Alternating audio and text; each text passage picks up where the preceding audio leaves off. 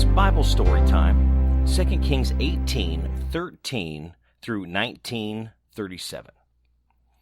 In the 14-year reign of King Hezekiah, Sennacherib, the emperor of Assyria, attacked the fortified city of Judah and conquered them. Hezekiah sent a message to Sennacherib, who was in Lachish. I have done wrong. Please stop your attack, and I will pay whatever you demand. The emperor's answer was that Hezekiah should send him 10 tons of silver and 1 ton of gold. Hezekiah sent him all the silver in the temple and in the palace treasury. He also stripped the gold from the temple doors and the gold with which he himself had covered the doorposts, and he sent it all to Sennacherib. The Assyrian emperor sent a large army to Lachish to attack Hezekiah at Jerusalem. It was commanded by his 3 highest officials. When they arrived at Jerusalem, they occupied the road where the clothmakers work by the ditch that brings water from the upper pool. Then they sent for King Hezekiah, and 3 of his officials went out to meet them.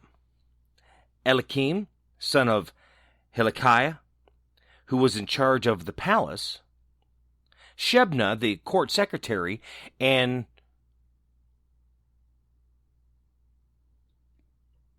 Jah, son of Asa, who was in charge of the records. One of the Assyrian officials told them that the emperor wanted to know what made King Hezekiah so confident. He demanded, "Do you think the words can take the place of military skill and might? Who do you think will help you rebel against Assyria? You are expecting Egypt to help you, but that would be like using a reed as a walking stick. It would break and jab your hand.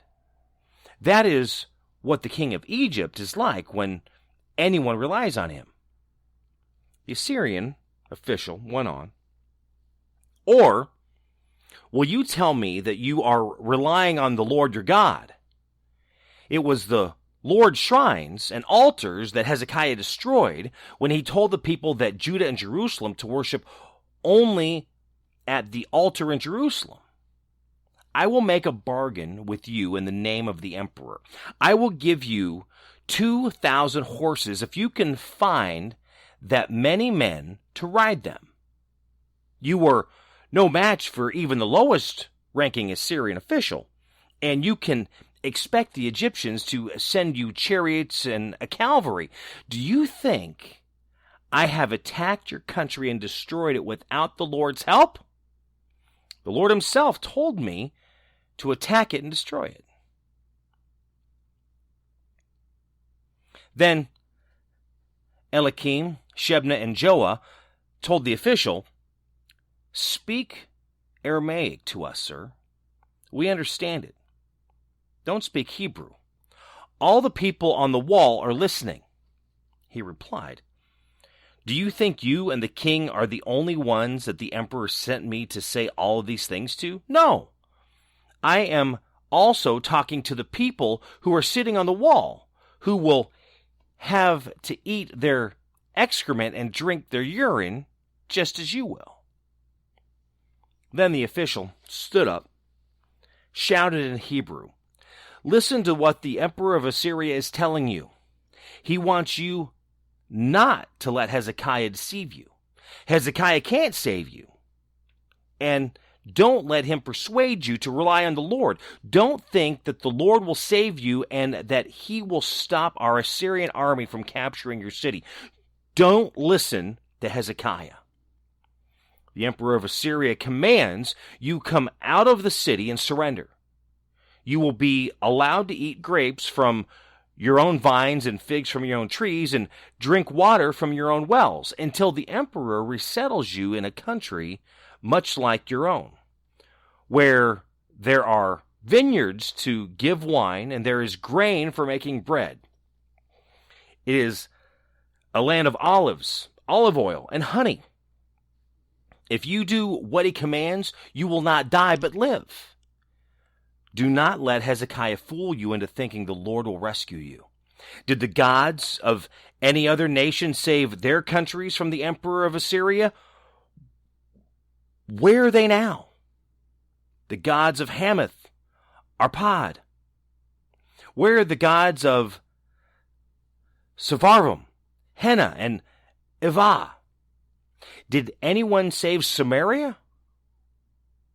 When did any of the gods of all these countries ever save their country from our emperor? Then, what makes you think the Lord can save Jerusalem? People kept quiet, just as King Hezekiah had told them to. They did not say a word. Then Eliakim, Shebna, and Joah tore their clothes in grief and went and reported to the king what the Assyrian officials had said. As soon as King Hezekiah heard their report, he tore his clothes in grief, put on a sackcloth, and went to the temple of the Lord.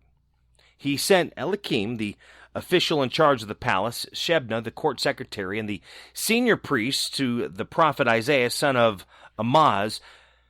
They also were wearing sackcloth. This and the message which he told them to give Isaiah, today is the day of suffering. We are being punished and are in disgrace. We are like a woman who is ready to give birth but is too weak to do it. The Assyrian emperor has sent his chief official to insult the living God. May the Lord your God hear these insults and punish those who spoke them. So pray to God for those of our people who survive. When Isaiah received King Hezekiah's message, he sent back this answer. The Lord tells you not to let the Assyrians frighten you with their claims, that he cannot save you. The Lord will cause the emperor to hear a rumor that will make him go back to his own country, and the Lord will have him killed there.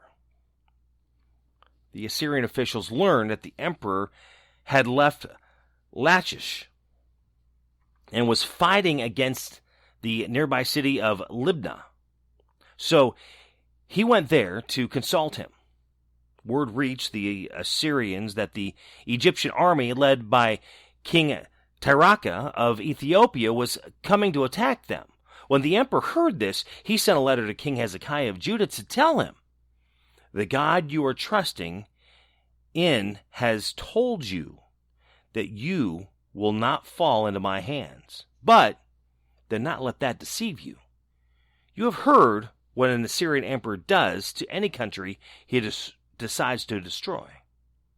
Do you think that you can escape? My ancestors destroyed the cities of Gozan, Haran, and Rezeph, and killed the people of Bethedron, who lived in Telassar, and none of their gods could save them. Where are the kings of the cities of Hamath, Arpad, Sepharvaim, Hena, and Ivah? King Hezekiah took the letter from the messenger and read it. Then he went to the temple, placed the letter there in the presence of the Lord, and prayed, O God, the God of Israel, seated on your throne above the winged creatures, you alone are God. Ruling all the kingdoms of the world, you created the earth and the sky. Now, Lord, look at what is happening to us. Listen to all the things that Sennacherib is saying to insult you, the living God. We all know, Lord, that the emperors of Assyria have destroyed many nations, made their lands desolate, and burned up their gods, which were no gods at all. only images of wood and stone made by human hands. Now, Lord our God, rescue us from the Assyrians, so that all the nations of the world will know that only you, O Lord our God." Then Isaiah sent a message telling King Hezekiah that in answer to the king's prayer, the Lord said, "The city of Jerusalem laughs at you, Sennacherib, and makes fun of you. Whom do you think you have been insulting and ridiculing? You have been disrespectful to me, the holy God of Israel. You sent your messengers to boast to me that with all your chariots you had conquered the highest mountains of Lebanon. You boasted that there you cut down the tallest cedars and the finest cypress trees, and that you reached the deepest parts of the forest. You boasted that you dug a well and drank water in foreign lands, and that the feet of your soldiers trampled the Nile River dry. Have you never heard that I planned all this long ago? And now I have carried it out. I gave you the power to turn fortified cities into piles of rubble. The people who lived there were powerless. They were frightened and stunned. They were like grass in a field of weeds growing on a roof where the hot east wind blasts them. But I know everything about you, what you do, where you go. I know how you rage against me. I have received the report of that rage and that pride of yours. And now I will put a hook through your nose and a bit in your mouth, and take you back by the same road you came." Then Isaiah said to King Hezekiah, "Here is a sign of what will happen. This year and next you will have only wild grain to eat, but the following year you will be able to plant your grain and harvest it, and plant vines and eat grapes. Those in Judah who survive will flourish like plants that send roots deep into the ground and produce fruit. There will be people in Jerusalem and on Mount Zion who will survive because the Lord is determined to make this happen." And this is what the Lord has said about the Assyrian emperor. "He will not enter this city or shoot a single arrow against it. No soldiers with shields will come near the city, and no siege mounds will be built around it. He will go back by the same road he came without entering this city. I, the Lord, have spoken. I will defend the city and protect it for the sake of my own honor and because of the promise I made to my servant David." That night, an angel of the Lord went to the Assyrian camp and killed 185,000 soldiers. At dawn the next day, they lay all dead. Then the Assyrian emperor Sennacherib withdrew and returned to Nineveh.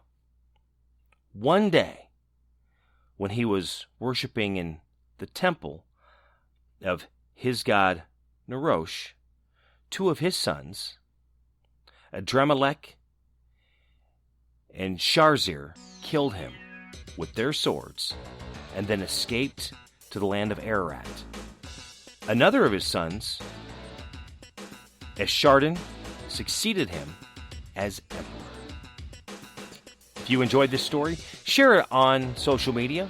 You can find me there: Facebook, Twitter, Instagram, TikTok, My Buddy Jimmy, YouTube, My Buddy Jimmy 101, or at mybuddyjimmy.com.